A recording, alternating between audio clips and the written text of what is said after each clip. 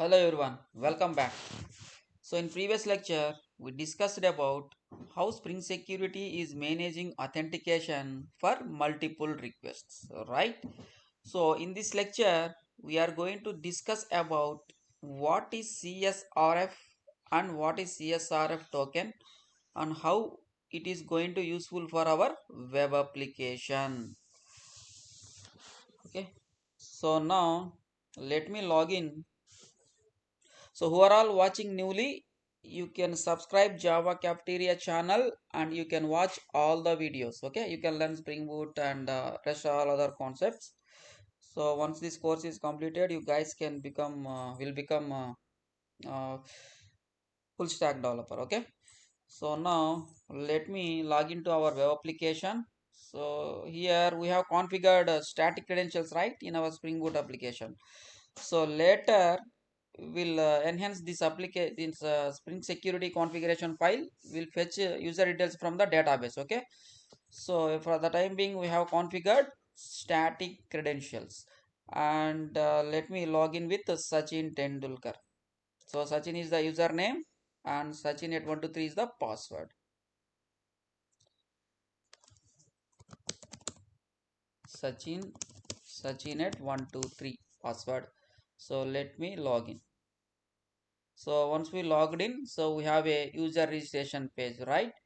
So in user registration page, let me, so far the moment we enabled Spring Security, so far we haven't created performed database operations, right? We haven't created users, new users, right? So let me create new user. Virat Sehwag Sehwag Virendra Sehwag. Okay,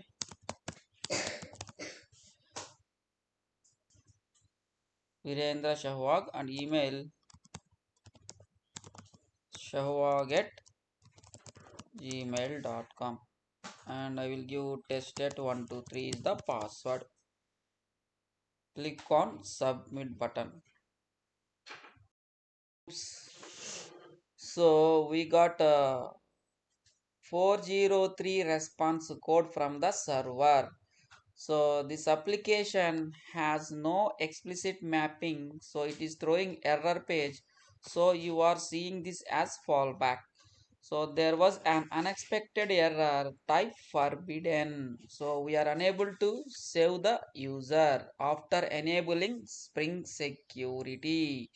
So we are not able to perform database operations. I will tell you reason why. So let me log out as of now. So we have a URL, logout URL. So this is provided by Spring Security by default. So let me log out and let me log in again. Sachin and Sachin at 123. Click on sign in button. We have a registration screen, and earlier we used to check whether user is exist or not, right, from the database. There is an ajax call. So the moment you enter the email id, once you come out from the text field, so we used to show whether user is exist or not, right? So let me try that, whether that is also a database request, right, whether it is working or not. Let me open developer console. We'll check is there any errors. Okay, from clear the console and check type. I want to check whether Java J2EE. Let's check in our database how many users are there. So if you open in our users table, so we have 3 users as of now, right? So let me try virat at gmail.com. So if I try to enter Virat Kohli at gmail.com, and then I am trying to register again, it should show the error message, right? So let me try whether it is showing or not. I will come out from this. See, it is not showing. Web service C. Ajax call is not happening. Ajax call is not happening. You can see post request HTTP colon localhost colon 8080 find by email ID forbidden 403. So another database call is not happening after enabling Spring Security. So we earlier we tried to register the user unauthorized. So 403 forbidden, right? So we are unable to register the user.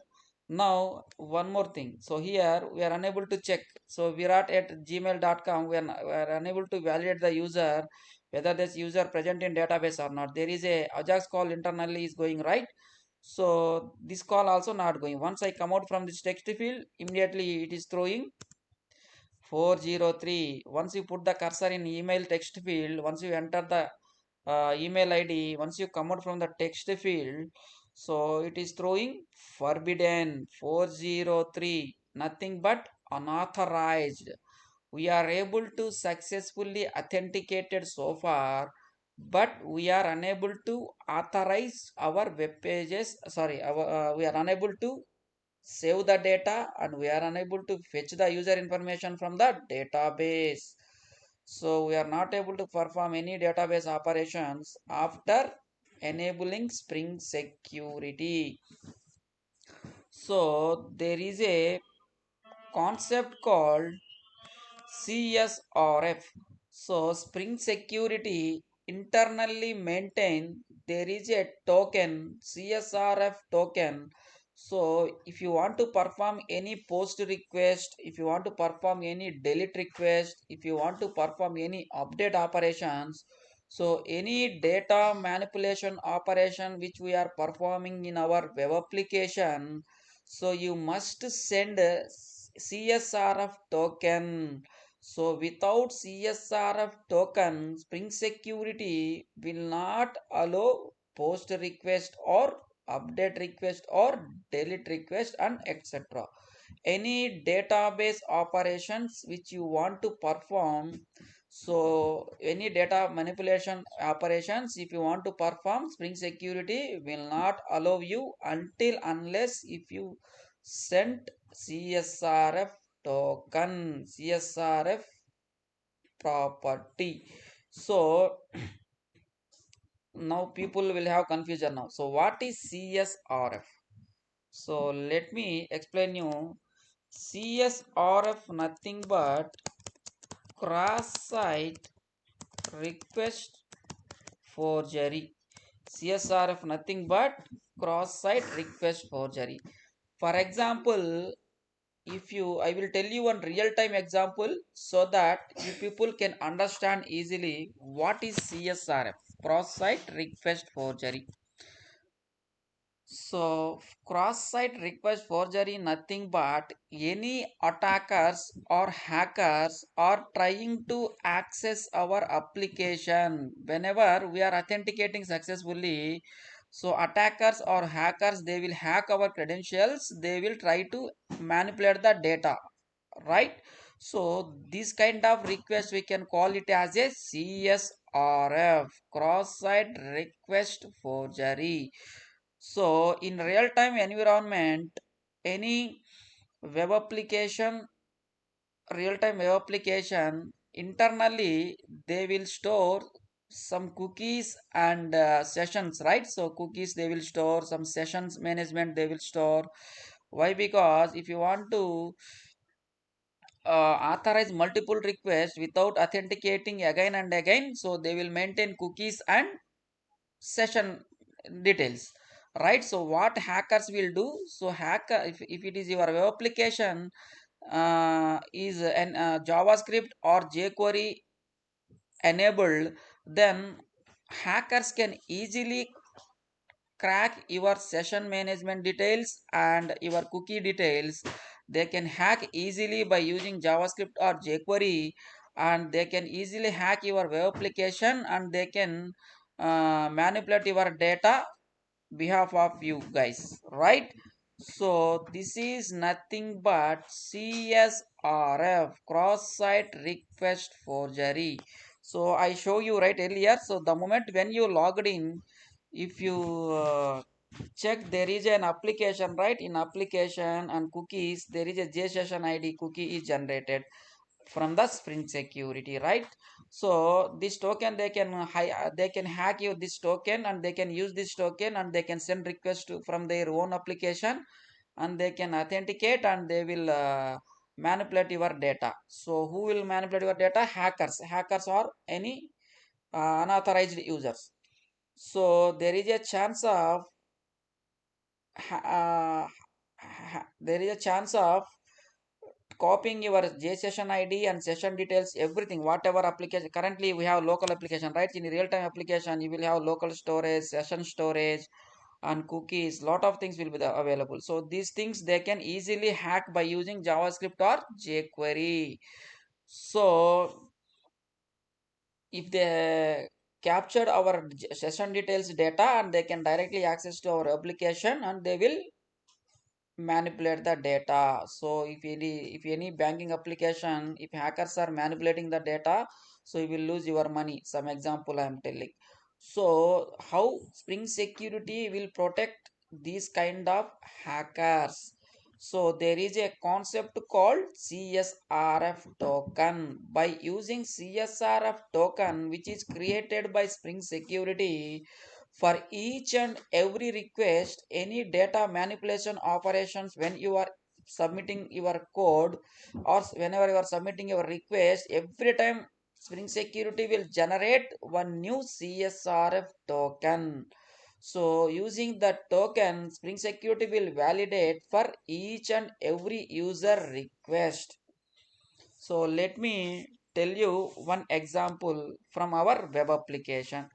Now what is happening? So now I am entering the user, some user details. For example, Virat. Let me create one user ID. Virat Kohli and Virat at gmail.com. So there is a internal, there is a one Ajax call is going, right. It is not at all working. It is showing immediately clear the console.